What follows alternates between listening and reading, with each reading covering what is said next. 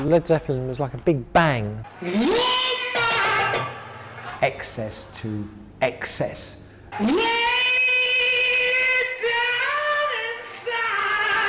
Jimmy Page is a god. I worship Jimmy Page.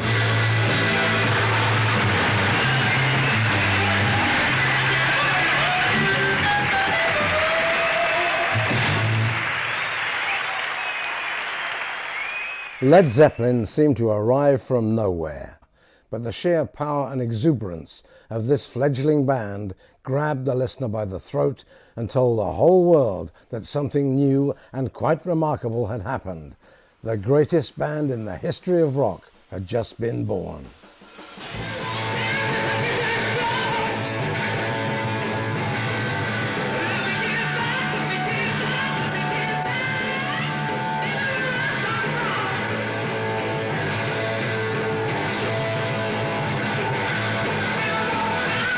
Led Zeppelin stunned everybody because we've been used to quite a series of exciting rock bands in London in the late 60s. We'd experienced Cream and the Jimi Hendrix Experience, and suddenly Led Zeppelin came along and they seemed to overturn the apple cart.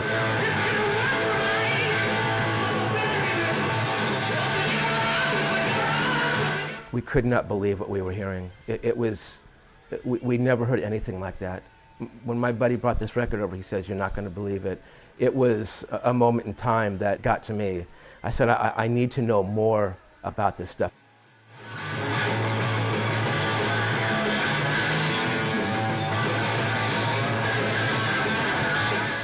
They played the blues, but they played it in a very in-your-face way. There was so much passion and fire in it. No one had heard it played like that before, which really gave it some power and terrific amount of impact.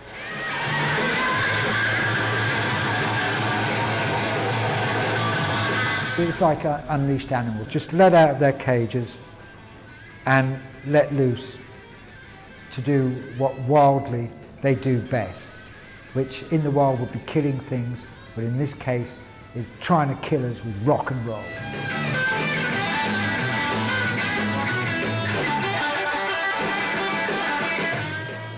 The secret of Led Zeppelin's success lay in the four amazingly talented individuals who made up the band.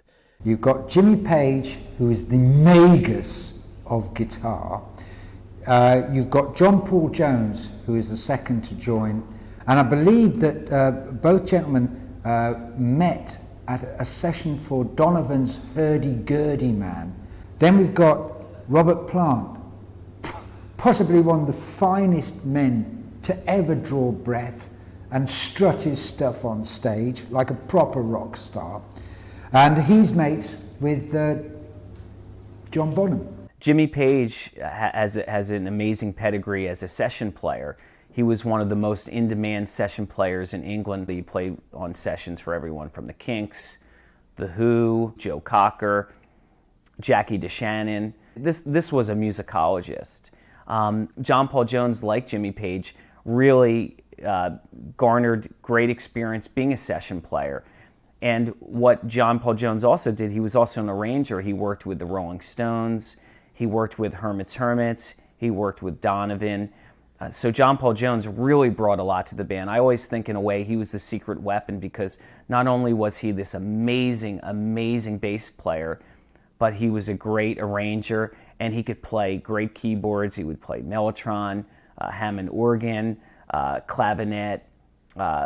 So this was a guy who really could bring a great deal to Zeppelin. Jimmy Page was a master in bringing John Paul into the group. He knew that John Paul was an arranger, he was a session guy. Jimmy had done session work with John Paul on various sessions, Donovan and Lulu. And the thing about, I suppose, with Jimmy and John Paul Jones being in the studio environment for so long, that having two other people that had not been in it but were actually live players, that combination of quality of players coming, sort of colliding with a total undisciplined sort of playing, gave it such a completely original feel. There were these two guys that played live and played the blues live, and there was these two other guys that had to be disciplined in the studio. I mean, they were great players, there's no question about that, but the two different things colliding and gave it a completely different look and feel. I'd written a review of Neil Christian and the Crusaders, a single, by quite an obscure British rock band, but Jimmy used to play with them back in the 60s. Unfortunately, I'd given them a good review, so he thought, okay, this guy's all right. I'll tell him about my new project. And popped up in the office one lunchtime and told me he was forming a new band. And I said, well, what's happened to the Yardbirds? And he said, well, we're the new Yardbirds at the moment, but we're actually going to be called Led Zeppelin. So I wrote this name down in my book, L-E-A-D. And he said, no, that's not how you spell it. L-E-D is how you spell it. The name came from Keith Moon, because he saw them. They went, I think their first tour was actually as the new Yardbirds in Sweden. And then they came back and Keith saw them.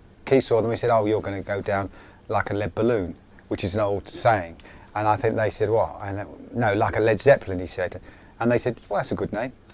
So I think that people saw it as a completely different thing, but I think that was the key to the success.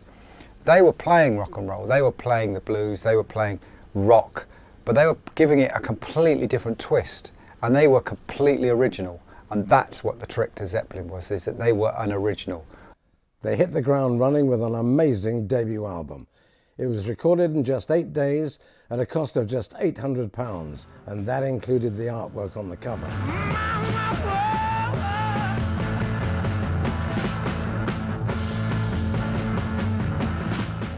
Debut album straight in at number 10. You've got tracks like Communication Breakdown, and then you've got the blues power of You Shook Me Baby, Baby I'm Gonna Leave You. Babe, babe, babe, babe, you know I've got to rumble.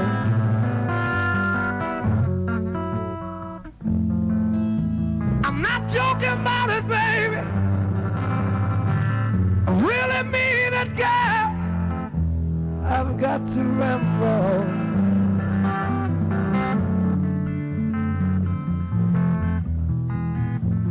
I can hear it calling me. Don't you know I hear it calling me the way it used to do? Oh, I can hear it calling me back home. The band itself was obviously very hot. They just got together.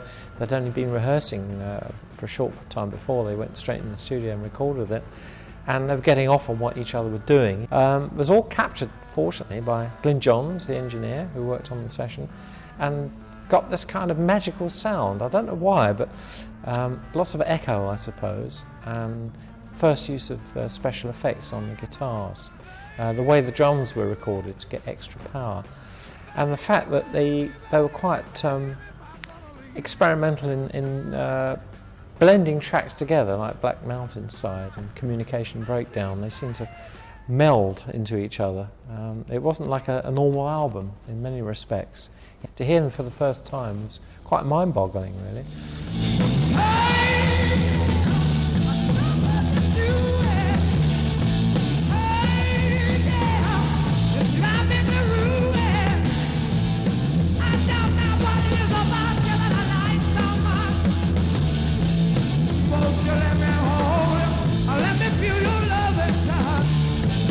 Don't forget, Jimmy got sat in the producer's chair and he produced these records.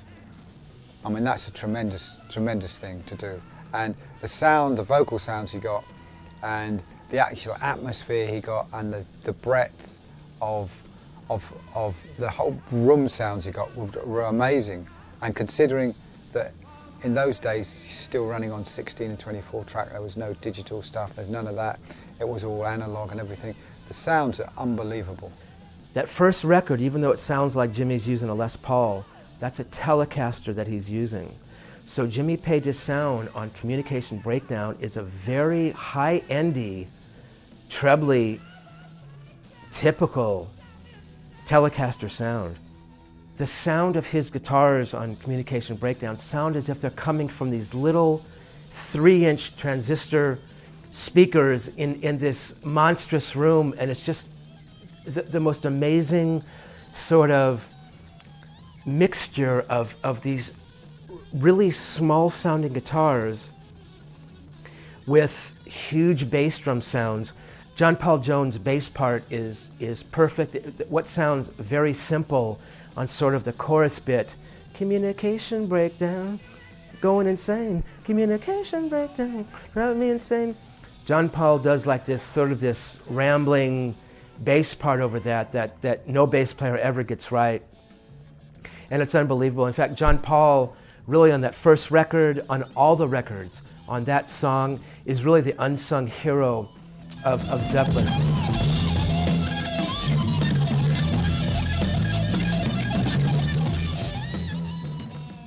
Within a very short space of time, the band took off in America. This was thanks in no small part to the business sense and the guile, the cunning and the charm, and the force of will from their manager, Peter Grant. Peter Grant was an all-powerful figure. He was really the fifth member of Led Zeppelin.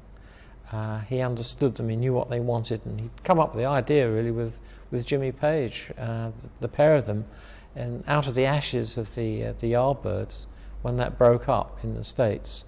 Peter had been the manager, the last manager of the Yardbirds, and when the band had decided to pack it in, I remember, I think Peter asked Jimmy, well, what do you want to do now? And he said, well, I'd like to form a band. So obviously Peter volunteered to help him form a new group. And really, together, they formed the concept of Led Zeppelin. At the heart of it, he loved Zeppelin. It wasn't just a money grab for him. He was very astute. He had great concepts, he had great ideas, and he used the intimidation factor as well. He really helped protect the band from all the other outside forces. He put his life and his whole being on the line for that band, and they paid him back by being a great band. And the combination was as important as any member of that band. I think without Peter Grant, or they wouldn't be great. Without John Bonham, they wouldn't be great. Without any of them, they wouldn't be great. Peter Grant was one of the great archetypal rock managers. He had a rough mix of the first album. He went over to America to strike a deal, not with Columbia, who had the rights to the Yardbirds, but with Atlantic Records. And he not only got them a 5-year contract, he got them the biggest advance a band at that time had ever been given, which was in £200,000 plus. He also got them an incredible royalty rate, which at that time had never been heard of. And most of all, he got total artistic control of the band as far as their releases were concerned with the label. So this man has delivered something that no manager up to that point has delivered to any band. And Jimmy, of course, is very impressed, signs the contracts, and has actually gone on record as saying that Peter Grant was the fifth member of the band. Despite the fact that the band had only a limited repertoire of original songs, the four musicians shared a love for blues and rock and roll classics, so Zeppelin could quite happily play a 2 or 3 hour set, which drove audiences into frenzy. Those early shows already featured an amazing version of Dazed and Confused. Zeppelin featured this track on a few television shows, which they did record.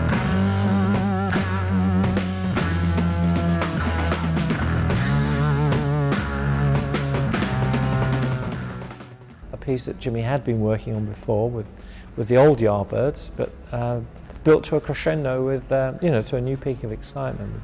They weren't just bashing out 12-bar blues by any means, full of dynamics and lows and highs, and obviously they knew when to stop and when not to play. That was one of John Bonham's big facets, really. One of his skills was that although he's incredibly powerful and would play battering drum fills, he knew when to stop and not play anything at all, which was just as much of a shock. Very few bands know how to do that, even now, how to use silence and gaps, and like you can hear a pin drop, and the contrast would be like a devastating, even more powerful. Page takes you into the darkest, deepest depths of his guitar playing, and Plant delivers probably one of the finest performances of his career. It's got an intensity, and it's got a vibe to it, and I think all their stuff about emotions, about competitiveness, about jealousy, about the dark side, about you know, on the road, anything they did, it was always very emotive. They always managed to get a lot of fire in your belly, and that was really exciting. So we put on a CD of Zeppelin. It's exciting even today. With America already under the spell of Led Zeppelin, all that remained was to put Zeppelin on the map in the UK. This was achieved by a single, groundbreaking appearance before 200,000 fans at a festival in Somerset near Bath. Zeppelin hit the stage just as the sun set, and soon won over the huge crowd with a blistering set which drew heavily on material for the band's second album.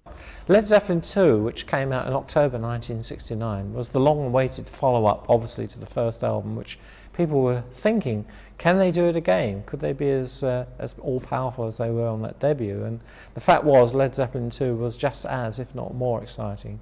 It blew me away because that was the record where it really was the headphone record. It was a record where Jimmy Page and Eddie Kramer really worked carefully on developing these mixes that really exploited all different sounds and textures.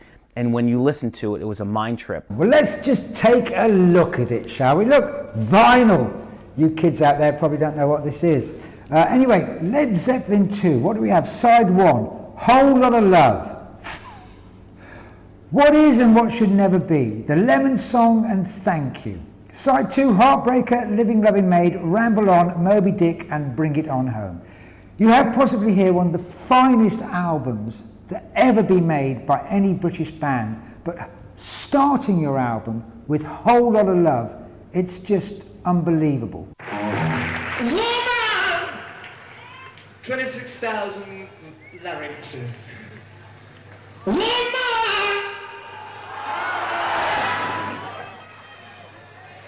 Woman!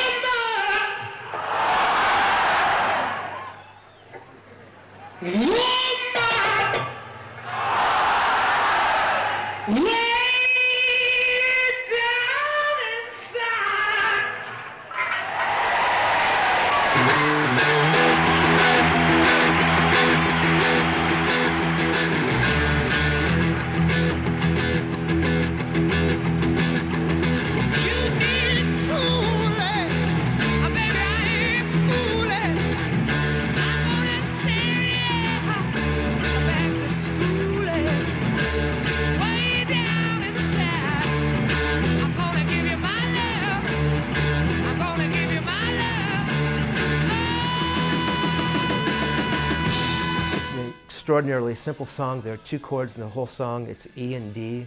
And that's the entire song. And the other element of that song that was perfect was Jimmy Page's solo in the middle. Those, what is that, an 8 or 16 bar solo, you know, dun, dun, dun, dun, dun, dun, dun, dun, dun.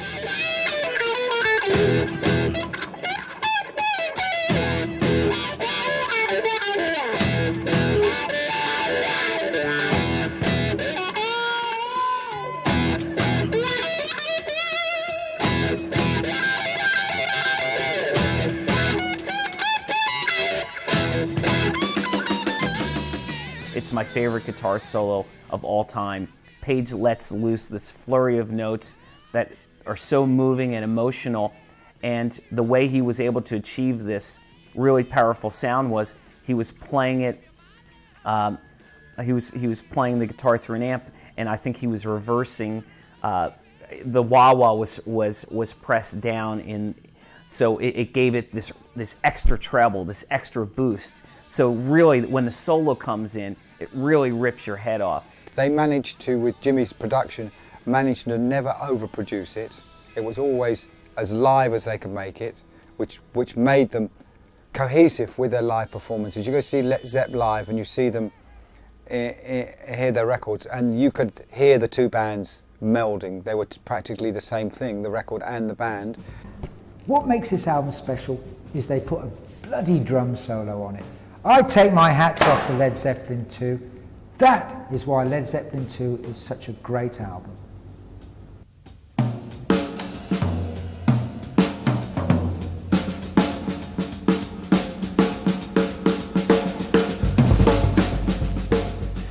Much as I love John Bonham's drumming, Moby Dick wasn't a particularly good drum solo for John. There's something, I think he did the introduction, then recorded the solo separately, and it didn't quite gel, but that's a minor thing, really. You had to be a hardcore Bonham fan to be able to sit through that. It tended to get a little long, a little self-indulgent, because he was such a great drummer within the context of the band and the songs itself, and so it tended to get a little boring.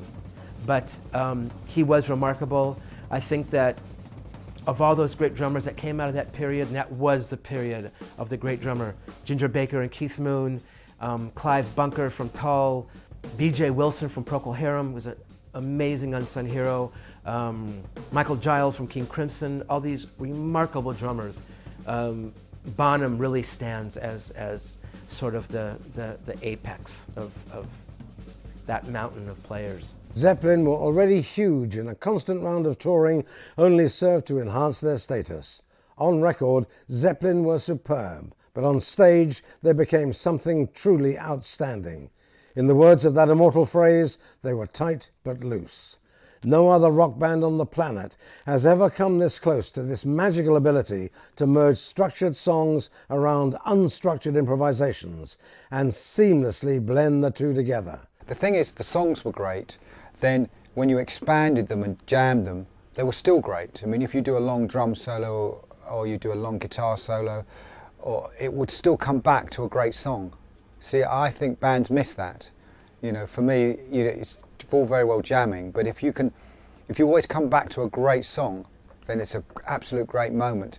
And not only were they great players, and not only could they really play and could they jam, and as well as the songs being great, they looked amazing. I mean, they seriously looked amazing. I mean, you were just that look of that band on stage, you know, with Robert and Jimmy, it was just unbelievable. And Jimmy had, you know, these long trousers with things up the side, and Robert's hair and everything. It was a photographer's dream. It was like a record company marketing person's dream. You had a great looking band who were absolutely brilliant.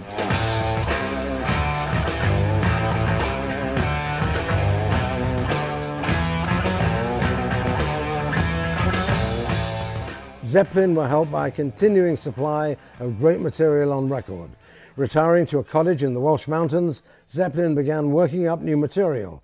This was undoubtedly a quieter, more reflective album, but it was a classic nonetheless.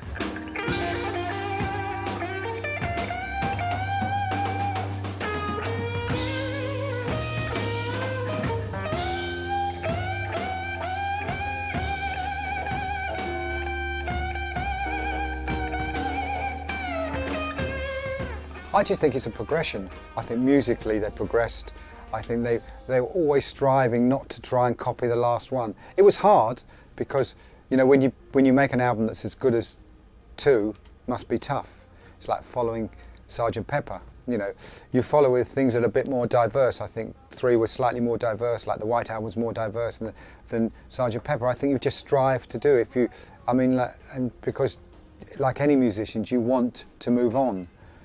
But again, you know, I think they're shrewd enough to know what the public would want. You know, if you've listened to all the albums, you'll be able to listen to something and say, that sounds like Zeppelin, because it's a sound, you know. Yeah. But in actual fact, each album is very different. There's a lot of different things on each one. Yeah. And I thought 3 was especially different from 1 and 2, which were basically very heavy sort of music. And there's a lot of acoustic stuff on 3. Yeah. It starts off with Immigrant Song. Again, 3rd album, 3rd opening track, which is just a stonker.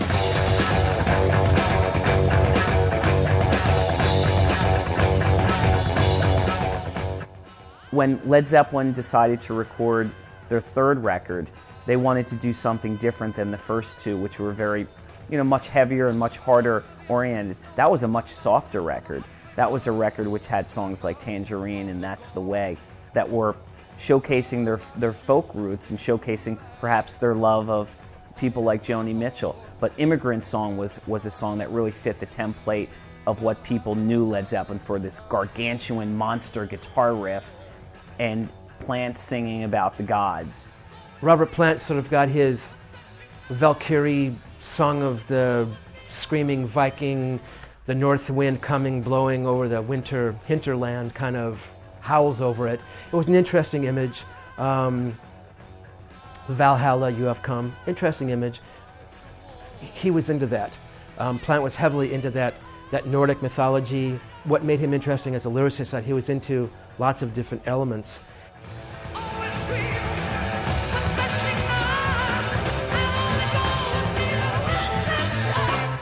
Friends, very nice song. Celebration Day, Since I've Been Loving You, and Out on the Tiles. I mean, in general, this isn't different from any other Zeppelin album we've had before, except side one has its rockier moments than side two. And on side two, you've got Gallows Pole, Tangerine, That's the Way, and Bron Your Stomp, which are all towards a more folkier aspect of Led Zeppelin, the more mystical side of Led Zeppelin. And hats off to Roy Harper, a fellow musician that they had great respect for. There had been this kind of backlash where they were being called a heavy metal band, mainly because of the histrionics on stage and the screaming and the volume, but that obviously wasn't what Led Zeppelin was all about. That's just a part of the story. So I think the idea, Jimmy's idea, and certainly Robert's too, was to get across more of the acoustic flavour of the band. But that didn't mean that there wasn't more powerful material on it too, like Immigrant Song was very powerful, one of my favourite pieces. Sales-wise, the third Zeppelin album kept up the momentum. The wider range of musical references also helped to bring extra light and shade to the crucial on-stage performances. The other thing remembering about Led Zeppelin III is it's when the first time that the press actually started rumblings and mumblings about, oh, we know what the press do, oh, it's not as good as Led Zeppelin II, blah-de, blah-de, blah, blah-de, blah, which Jimmy Page took on board quite personally, and they started to distance themselves from not just the British press, but press worldwide, which I think was a very wise move. Rolling Stone was brutal to Led Zeppelin. They were basically letting people know that they thought the band was trash and there were no talents. So the band and the press always had this adversarial relationship for many, many years. They seldom did interviews because of it. And you know what? Let's face it, they didn't really need to do interviews at that point. They were huge. They were selling out all over the world. And some people did resent them in the weird way that Zeppelin seemed slow to take off in London only because they were new and people didn't know enough about them.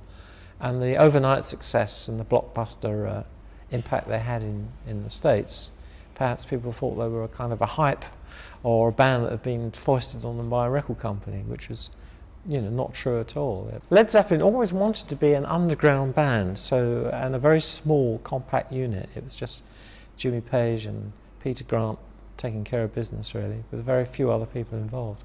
I suppose the only weakness maybe Zepp had was that they were very inward-looking.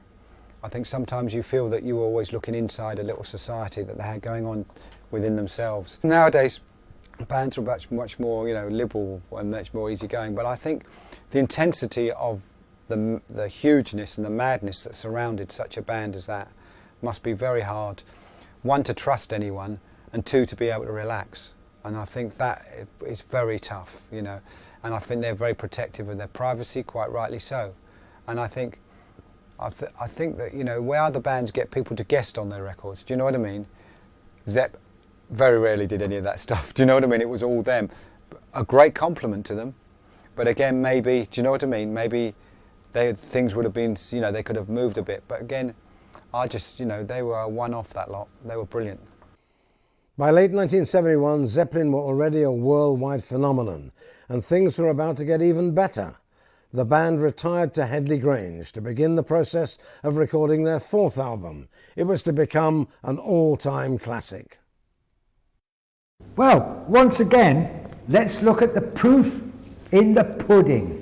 An album sleeve which has no wording on it whatsoever, not even label information, nothing down the spine, just a picture of my old dad on the front there bringing in some wood for the fire, and inside, oh my God, what does this mean? Who knows who this album is by? But everybody knew who this album was by. It's by Led Zeppelin, and I think one of the reasons that they didn't put anything on the sleeve was, as I say, they sort of had a bit of a falling out with the press over Led Zeppelin III, and it was like, Look at us. We can put something out with it, nothing on it, no information whatsoever, and it will not only go to #1 in the UK charts, it will go #1 in the US charts, it will go #1 worldwide, and sit on that up your arse with a backstage pass. Hey, mama, said the way you move, make you sweat, make you groove.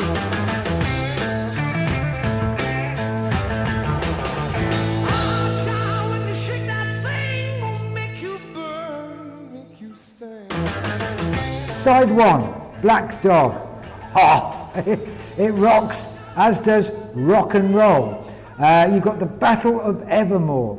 You've got Stairway to Heaven. Oh my God, we'll come back to that one. Misty Mountain Hop. 4 Sticks. Going to California. We are hippies and we don't care. And When the Levee Breaks.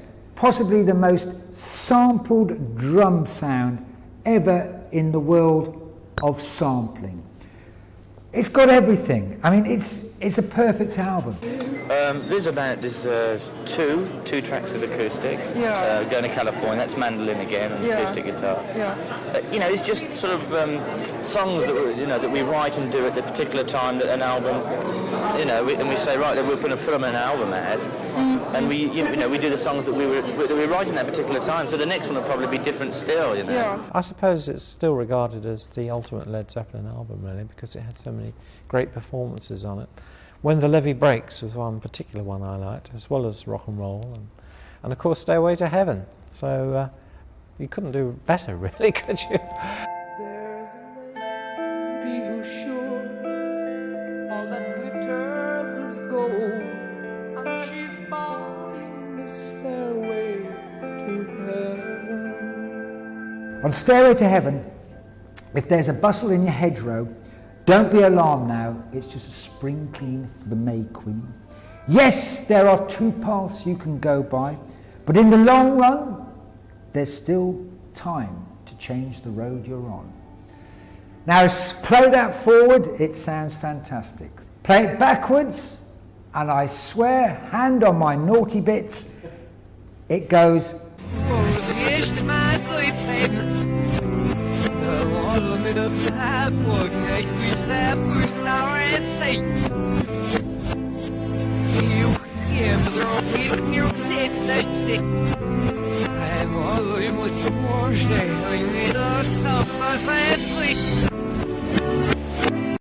It's scary. First time I heard it, goosebumps. I'd heard about it, but I'd never heard it.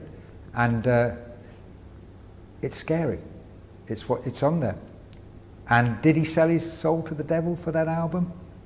Well, who knows? That satanic thing, backward masking, turning...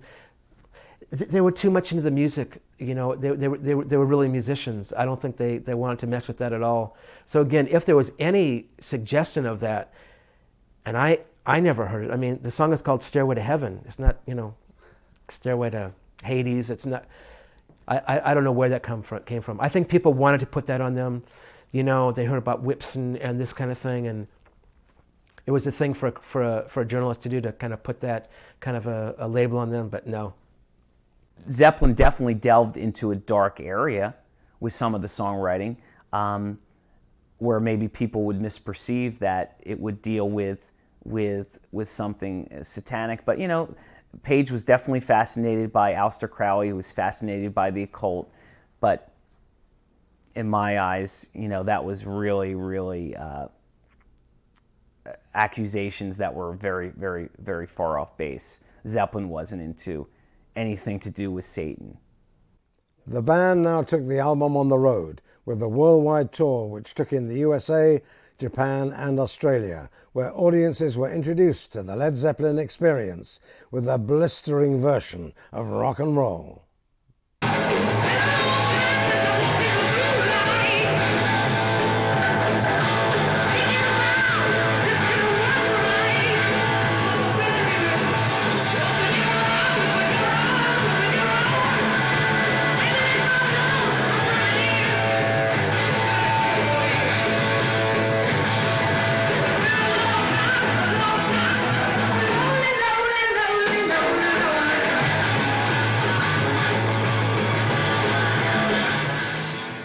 to write a song called Rock and Roll, and millions of people have tried it, and it's really cheesy and hammy and uncool.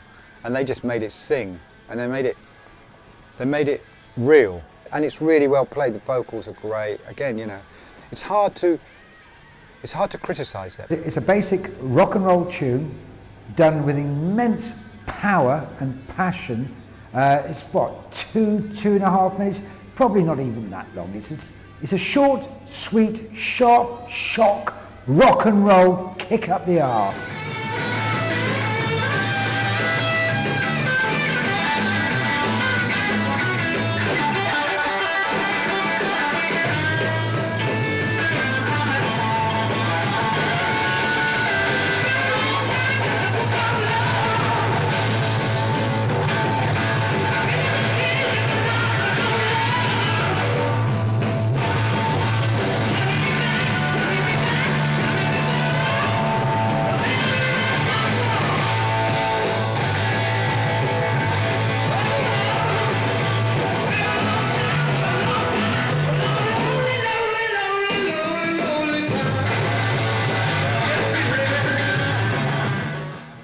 Houses of the Holy was the next building block in the Zeppelin story, and once again the band showed its willingness to experiment.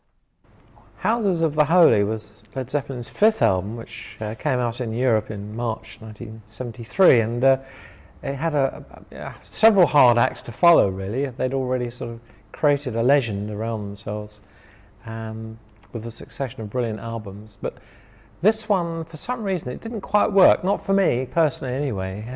It kicked off very well with The Song Remains the Same, which was the first track. It was a very powerful piece. And I thought, well, this augurs well. It's going to be a great album. But then somewhere along the line, somewhere along the way, it kind of veered off course. And although they'd experimented on the third album, and I approved of all their experiments thus far, but suddenly they were trying to experiment with stuff like Jamaica, which was I thought was an ill-considered venture into reggae, and the crunge, which was okay, but it was a sort of James Brownish thing. I think it was meant to be a bit funky, but for me it didn't really work. I don't know why. To me, it was like, why do we need the crunge? It's like, yes, they do their funk thing. Let them do their funk thing live. But that's not what I want to hear on a Zeppelin album. And Jamaica, if I wanted to listen to a reggae song, I'd buy me Bob Marley. You know what I'm talking about? All the rest of the tracks on there, but The Song Remains the Same, Rain's Song.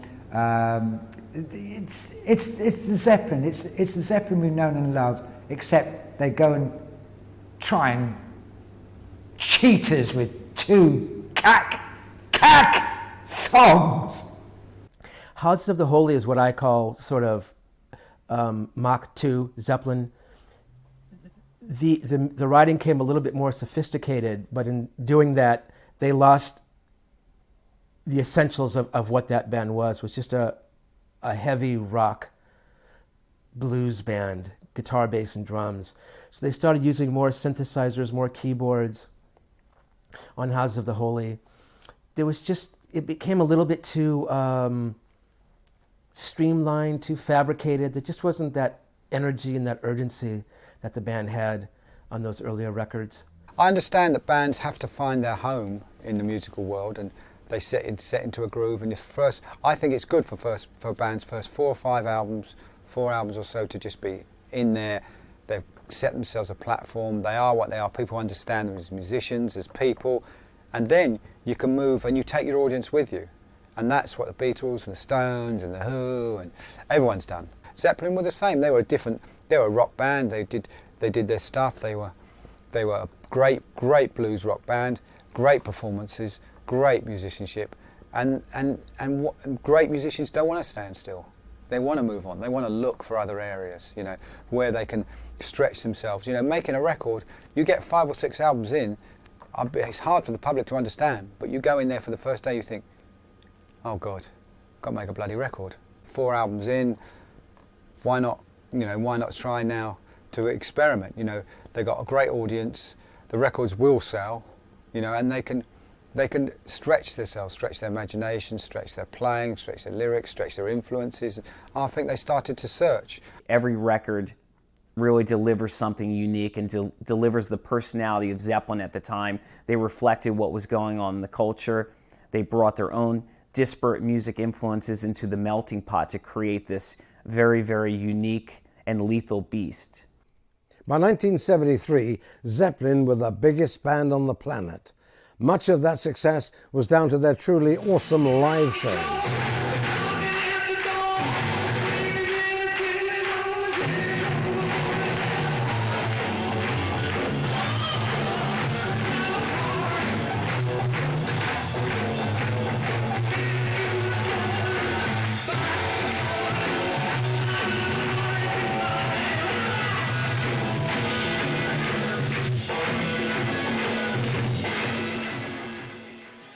They would take great rock and roll tracks, great soul tracks, they would take just great musical tracks, and live they would go into jam improvisational pieces where they would pull elements of great rock songs, great soul songs, just songs that the band knew and were telepathically in tune with. They love to dig back to all their roots, which was rock and roll, the original rock and roll. So they would often do rock and roll classic numbers, Elvis numbers, and Eddie Cochran and Little Richard. Play all those tunes.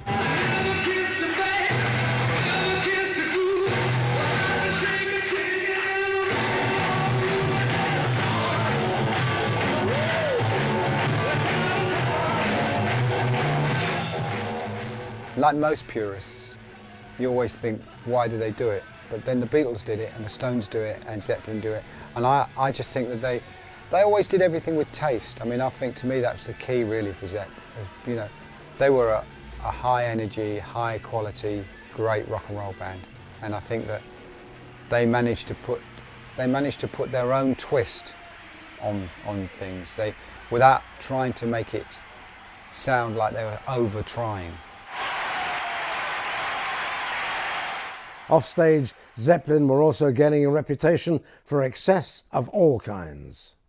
You read the stories about, throwing stuff out of hotel windows, destroying hotels. You've got to remember, this is a band that was on tour constantly. It's not like these days where they get namby-pambied around in nappies. No, take your nappy off, run on stage, do it, come on back in your nappy. This was a band working for their living. They were on tour and they needed to let all those pent-up moments out of themselves. And by golly, they did. After a really bad day, I can imagine them losing their temper and getting fed up, because travelling is no fun at all. And groups like Led Zeppelin, I mean, it's hard to believe now the touring that they did, day after day. I mean, it would wipe me out. If I went on the road with Zeppelin for 3 or 4 days, I'd come back completely shattered, and I hadn't played a note. I'd just been watching. Just from the travelling and the excitement and the hurry up and wait thing, which all bands have to do. You know, you've got 5 hours to kill sitting in a trailer somewhere in the Midwest, maybe in a city you don't even know where you are, and you've got to go out and play to an audience where there's maybe tear gas going off, fireworks thrown at the stage, and you've got to do Whole Lotta Love and Stairway to Heaven all over again, night after night. So, you can imagine the physical and emotional and mental pressure on guys in their 20s. Great fun that may be, but after you've done it for 6 months at a time, the thought of getting up in the morning and flying, to another city, it's pretty daunting, really. So people would take it out in, probably that would lead on to taking stimulants to try and ease the pain, I think. I know loads of people that are not in this business that are excessive. I know thousands of people in the entertainment media industry that are excessive. So what? I mean, that is a lifestyle they loved. That's a lifestyle they lived by. And you can't criticise, and I don't think anyone has the right to really opinionate on it. I find that that's what does people's brains in. That everyone has an opinion on someone else's lifestyle. I think that's their business, and their little devils they deal with. Some people can handle it, some people can't. Some people get away with it, some people don't. Good or bad? Sure, there's bad moments. I'm sure there were great moments. A lot of people put what went on off stage to the great moments. A lot of people put what went off stage to the bad moments. They're probably right in both cases. Whatever may or may not have gone on off stage, in the recording studio, Zeppelin were as proficient as ever. Their next album was a double, Physical Graffiti, and it was obvious that the band had produced a masterpiece.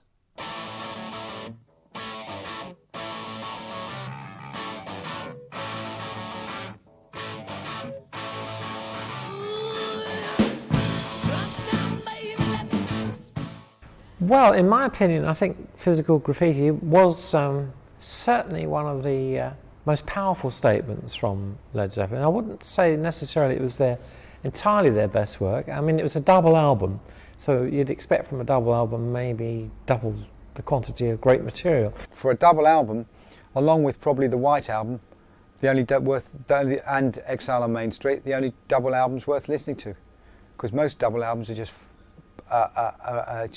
packed out, and they'd probably be great single albums. Well, I think Physical Graffiti is a classic double album and is worth every inch of space on those CDs. I love Physical Graffiti. I love everything about it, even right down to the cover. I think it's brilliant. You got holes in the cover. The expense on that alone is unbelievable. But what have you got inside is 2 albums. And they are 2 of the finest albums that Led Zeppelin ever produced. The album, of course, went straight into #1 worldwide. And let's just have a quick look. This is a quick butchers, and I'll go through this quickly. Right, side 1. Side 1, Custard Pie, The Rover, and In My Time of Dying. Well, actually, that's side 4 in musical terms, so we'll go backwards. But you cannot argue with any of those tracks. Houses of the Holy, Trampled at Houses of the Holy. That's a cheeky one, isn't it? Putting an album title on an album that wasn't the album. Trampled Underfoot, Kashmir.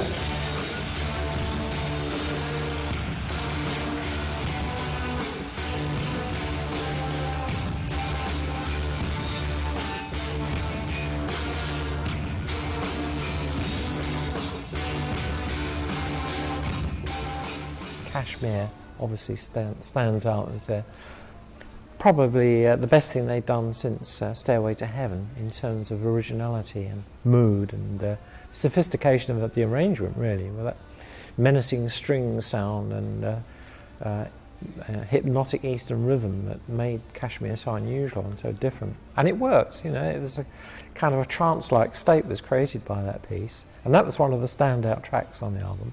And then Trampled Underfoot, which was a kind of joyous homage maybe to Stevie Wonder in a way, with the electric keyboard that John Paul Jones set up, that fantastic riff.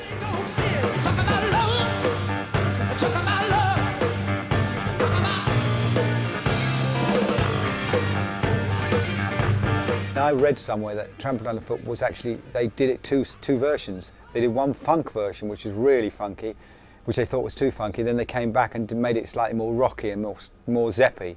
And I can hear it. You can hear it. And there were loads of tracks on there that could not be Zeppelin, but they were. There's a musical freedom on that record. They were really able to tackle so many musical styles and genres on that record seamlessly. It's an extraordinary record. I think it stands as one of the best Zeppelin records. I know Robert Plant's very, very fond of that record, as is Jimmy Page. Physical Graffiti captures Led Zeppelin at their incendiary best. Is this their greatest album? Quite possibly it is their greatest album.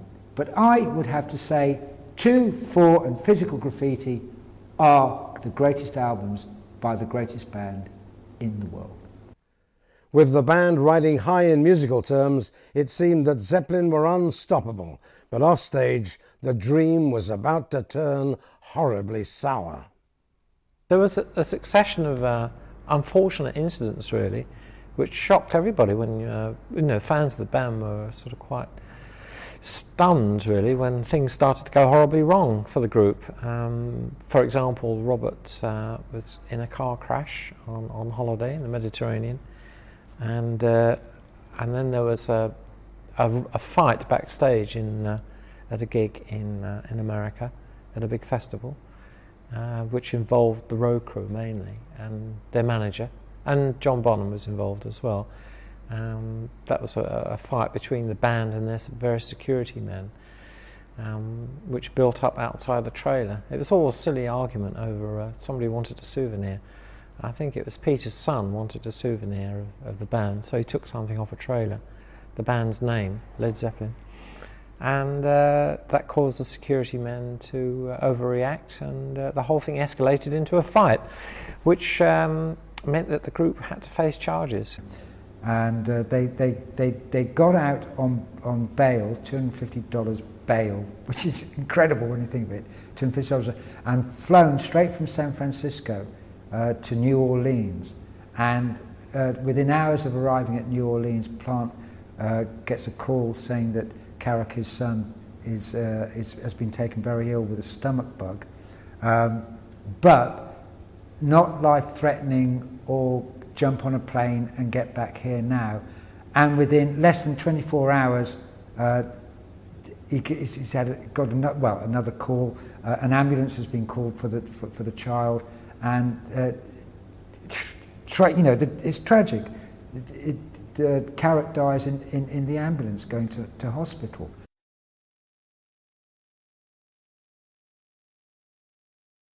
After a long layoff to reflect and recover, Zeppelin stormed back into action with Presence. There was a distinct impression that the band were no longer firing on all cylinders.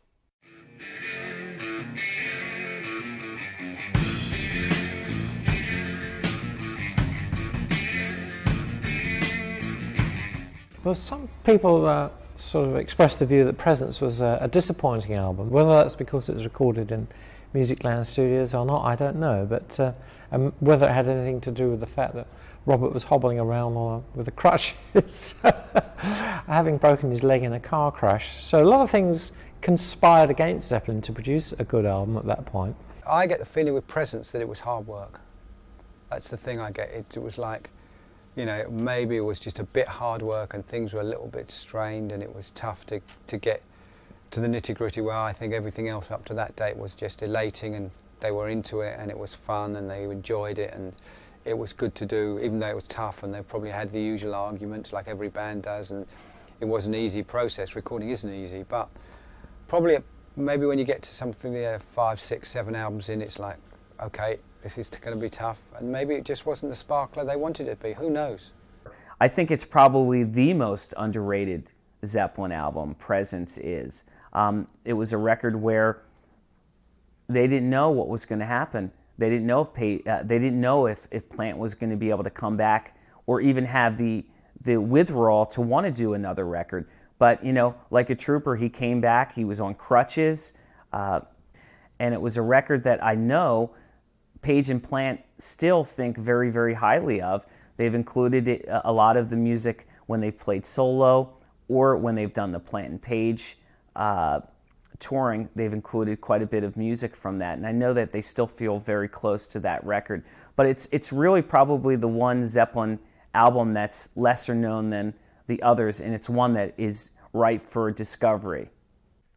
In contrast to the lackluster album Presence, Zeppelin also unveiled The Song Remains the Same film and accompanying album.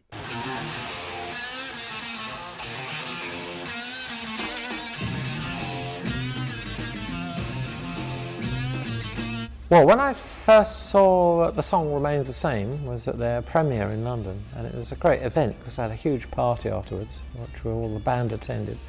And of course the band were at their peak then, so it was great to be able to see your favourite band on a big screen with the great sound, and seeing the band performing live in Madison Square Gardens. I think it was filmed there.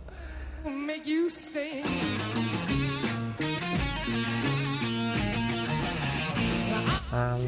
But in retrospect, it doesn't. Some aspects of it don't really work. Robert dressed as a Viking, and Jimmy climbing that mountain. Oh my God, climbing that mountain, getting to the top and revealing that hooded figure we've been looking at as he climbs that mountain. It's himself, and then it regresses to childhood and comes back again. It's like, oh my God, if you're going to see that film, see it on acid, because it will disturb you. If you go to it normal, you'll just think it's a pot of twaddle, apart from the live bits. Led Zeppelin wasn't a group that would appear on TV. So the only way you were going to see Led Zeppelin was buying a rock and roll magazine and seeing them some photos, or if you were lucky enough to get a ticket to one of their sold-out shows. So this was a great event to be able to actually go to a movie theater and see this extraordinary hard rock band on the big screen.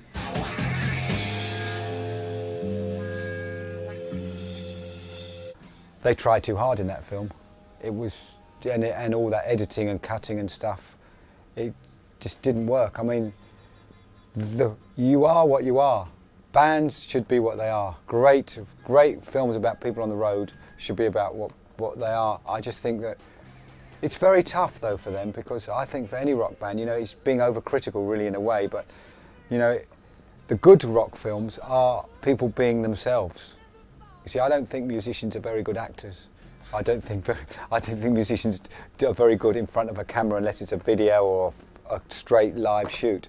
I think they look awkward and they feel awkward and they don't like it, and that's a fact. And this is not what they bought into rock and roll for. But sometimes someone has a great idea. Let's make another couple of £100 million. We'll put out a film. So I think they go for it. I mean, I don't think it's a complete failure, because it's a great insight into a great band. But I don't know, it didn't do it for me. But there again, I'm really fickle about rock films. I think 99.9% of them are dreadful. Song Remains the Same was a terrible rock film. It was Zeppelin as kings of the world, trying to tell its audience, this is what we want to be. Beyond that, it was just, musically, it was horrible. I think they had to put together a live video at that point, and I guess this is what they had to work with, because it was monstrously bad. Actually, if you're going to do a film, or you're going to do a television show, or anything like that, it has to be done properly with a lot of thought, a lot of time. You don't really have the time, you know. Touring takes up a lot, albums. You know, being musicians, music takes up most of our time. You know, if we were filmmakers, then we could make films.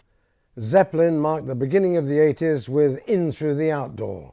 Once again, there'd been a long break. The material seemed somewhat thin and somewhat overstretched. It was a weird one. This was the selling point. You got this sleeve that, you know, was basically something you could buy your kid in any children's shop around the country. Put your painting brush in the water, put it over the page. Oh, it's colourful, it's magical. Jimmy, it ain't that magical, mate. And let's have a look at the tracks. What have we got? In the Evening. Well, I will actually tip my hat to In the Evening. I think that's an excellent song. Southbound Soiree, or Sores, or however you pronounce that. Do you know what? I can't remember it. Fall in the Rain? Now can't even remember it. Hot Dog? All rightish. Carousel Ambra? Nah.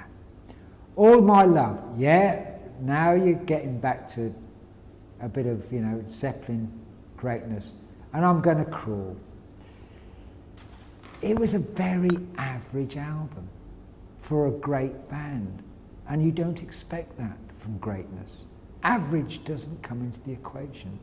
When you're great, and when you're average, you're losing it. It was a terrible record. Again, I think by this time, Bonzo was so sick. I think the band had lost a lot of the luster. No, I think it was, again, a poor representation of what they originally were. It was a hard time for them, really, because, you know, the first flush of youth had gone and all the vibrancy of a new band had kind of dissipated in a way. And it was harder for them to come up with new ideas as well that would be relevant to their past.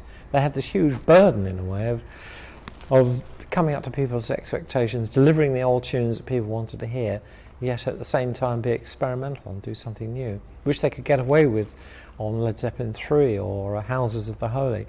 But at this stage, the whole mood of the music business had changed. Things had moved on. How would Led Zeppelin fit into all that? So it was like a mixture of trying to come up with something new and hang on to their rock and roll roots. Whether that worked or not is a moot point, I think. So it's not a disappointing album, but a slightly confused album, I'd say. Everyone keeps hammering that album. I think it's one of my favourite records. I think people expect too much. It's no good going to Zeppelin II and expecting them to reproduce that 6 or 7 albums on. Why would they want to do that? They're musicians. They want to progress like any artist, actor, poet, as we say again. Why would they want to do that? They're moving on. I don't think it's a weak album at all. I think there's some fantastic moments in it, some great playing and great vocals. They sat back for a while. The presence and song remains the same. They were just doing things, keeping the public happy. They were doing a bit of manoeuvring. Just Robert and Jimmy and Peter Grant were just saying, let's just do a few things. Let's sit back and give ourselves a bit of room to try and change things a little bit. And I just think they were giving themselves a bit of time. And I thought In Through the Outdoor was the beginning of a completely different phase for Zeppelin, which I think would have been unbelievable. And I think, to me, it was like Zepp 1, 5, 6, 7, 8 album, whatever it is on. And I think that was the beginning of a completely new phase, and I think it's a real shame, because to me, that was the beginning of phase 2 of Zeppelin. In the meantime, of course, punk rock had happened, and people were trying to write Zeppelin off as a spent force, which was not true. I mean, musically, they were still capable of doing great stuff. But they were getting older, they were getting tireder, they were getting exhausted. And so by 1979, it was time to stage a big comeback. And that's when they put on 2 big shows in England at Nebworth.